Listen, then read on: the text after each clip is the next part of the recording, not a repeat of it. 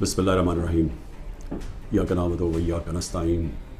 मेरे पाकिस्तानियों, मैं जो आज आपसे बात करने लगा हूँ वो ISPR की प्रेस कॉन्फ्रेंस हुई और उसके अंदर उन्होंने एक दो बातें कही, तो मैं मजबूर हूँ कि मैं आज अपनी कौम के साथ बात करूँ। अब ISPR साहब कह रहे हैं कि जनाब 9 मई को जो हुआ है वो एक बड़ी साजिश चलती आ रही थी, तो वो साजिश सामने आई, बगावत।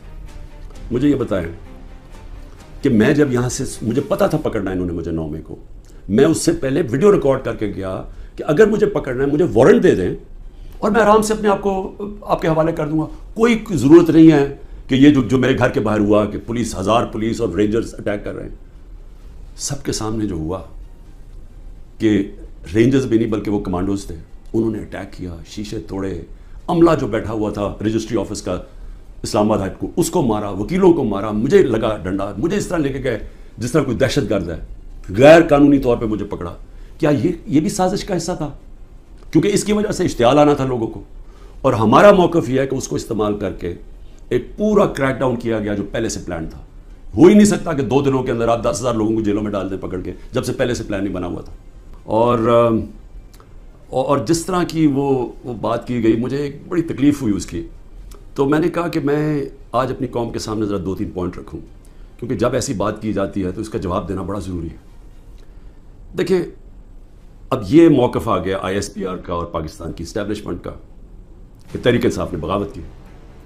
अब ये दूसरा भी एक मौक़िफ़ है, ये हमारा भी मौक़िफ़ है, ये मेरा मौक़िफ़ है, मेरी पार्टी का मौक़िफ़ है कि हमारे ख़िलाफ़ पूरी कॉन्स्पिरेसी की गई, हमारी गवर्नमेंट गिराई गई, जबकि पाकिस्तान की तारीख में 2 सालों में, आखिरी हमारे 2 सालों में बेहतरीन माशत ऊपर जा रही थी। आप अगर इकोनॉमिक इंडिकेटर्स देख लें और पाकिस्तान इकोनॉमिक सर्वे पढ़ लें, तो वो इनकी हुकूमत का भी पढ़ लें जो इनके दौर में शाया हुआ है, तो आपको ये पता चलेगा कि 17 साल के बाद बेहतरीन इकोनॉमिक परफॉर्मेंस थी। और 17 साल पहले इसलिए थी कि अमेरिकी डॉलर्स आ रहे थे, हम अमेरिका की वॉर ऑन टेरर लड़ रहे थे। ये अमेरिकी डॉलर्स आने के बगैर बावजूद ये इकॉनमी बढ़ रही थी, इंडस्ट्री बढ़ रही थी, रिकॉर्ड ग्रोथ हो रही थी।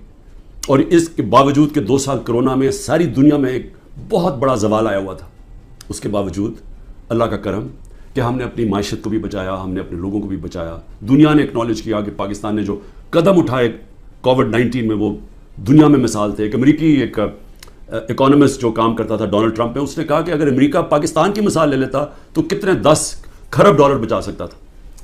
तो उस गवर्नमेंट को गिराया गया एक साजिश के तहत।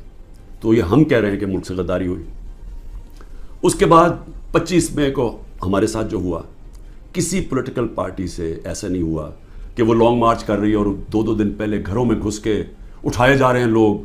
कितने हज़ार घरों में पुलिस घुसी रात के सुबह के 3 बजे। ये पहली दफ़ा किसी पार्टी से ऐसे हुआ। 3 लॉन्ग मार्चेस मेरे खिलाफ हुई, बताइए एक भी FIR कटी, एक दफ़ा हमने किसी को रोका, किसी के ऊपर टेयर गैसिंग हुई, और हमारे ऊपर पूरा एक अटैक आया, हमारे बुनियादी हकूक, फंडामेंटल राइट्स की वायलेशंस हुई और हमारे ऊपर ही पर्चे कट गए। मैंने तब 25-26 की सुबह को अपने धरना कॉल ऑफ किया, क्योंकि मुझे पता था इंतशार की तरफ जा रहा है। जो पार्टी इलेक्शन चाहती है वो इंतशार तो नहीं चाहती। तो उसके बाद हमारे ऊपर ये नहीं हुआ कि सस्तियाँ कम हुई।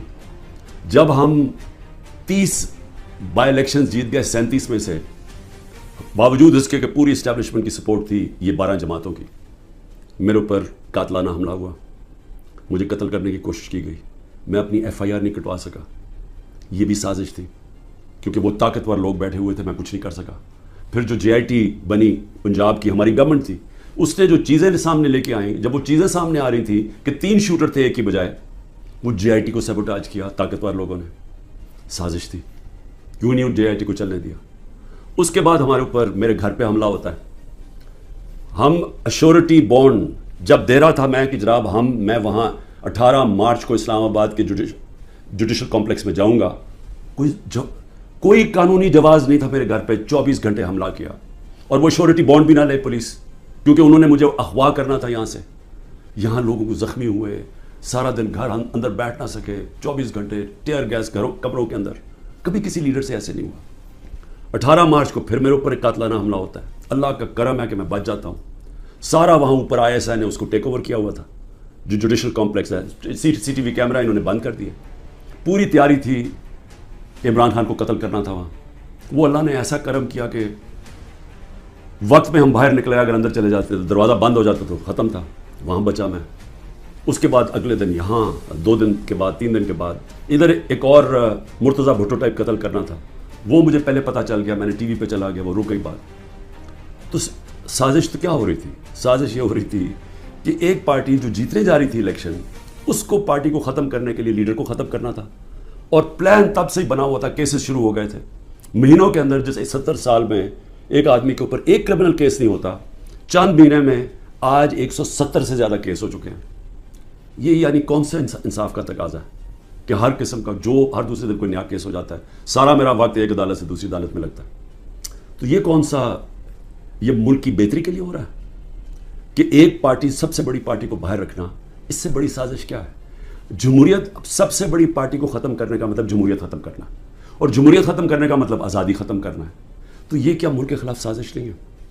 اور پھر جو 9 مئی کو ہوا، اب آئی ایس پی آر صاحب کہہ رہے ہیں کہ جناب 9 مئی کو جو ہوا ہے وہ ایک بڑی سازش چلتی آ رہی تھی، تو وہ سازش سامنے آئی، بغاوت۔ مجھے یہ بتائیں کہ میں جب یہاں سے، مجھے پتا تھا پکڑنا انہوں نے مجھے 9 مئی کو، میں اس سے پہلے ویڈیو ریکارڈ کر کے گیا کہ اگر مجھے پکڑنا ہے مجھے وارنٹ دے دیں اور میں آرام سے اپنے آپ کو آپ کے حوالے کر دوں گا، کوئی ضرورت نہیں ہے کہ یہ جو میرے گھر کے باہر ہوا کہ پولیس، 1000 پولیس اور رینجرز اٹیک کر رہے ہیں۔ سب کے سامنے جو ہوا کہ رینجرز بھی نہیں بلکہ وہ کمانڈوز تھے، انہوں نے اٹیک کیا، شیشے توڑے، عملہ جو بیٹھا ہوا تھا رجسٹری آفس کا اسلام آباد ہائٹ کو، اس کو مارا، وکیلوں کو مارا، مجھے لگا ڈنڈا، مجھے اس طرح لے کے گئے جس طرح کوئی دہشت گرد ہے، غیر قانونی طور پہ مجھے پکڑا۔ کیا یہ بھی سازش کا حصہ تھا؟ کیونکہ اس کی وجہ سے اشتعال آنا تھا لوگوں کو، اور ہمارا موقف یہ ہے کہ اس کو استعمال کر کے ایک پورا کریک ڈاؤن کیا گیا جو پہلے سے پلان تھا۔ ہو ہی نہیں سکتا کہ 2 دنوں کے اندر آپ 10,000 لوگوں کو جیلوں میں ڈال دیں پکڑ کے، جب سے پہلے سے پلان نہیں بنا ہوا تھا۔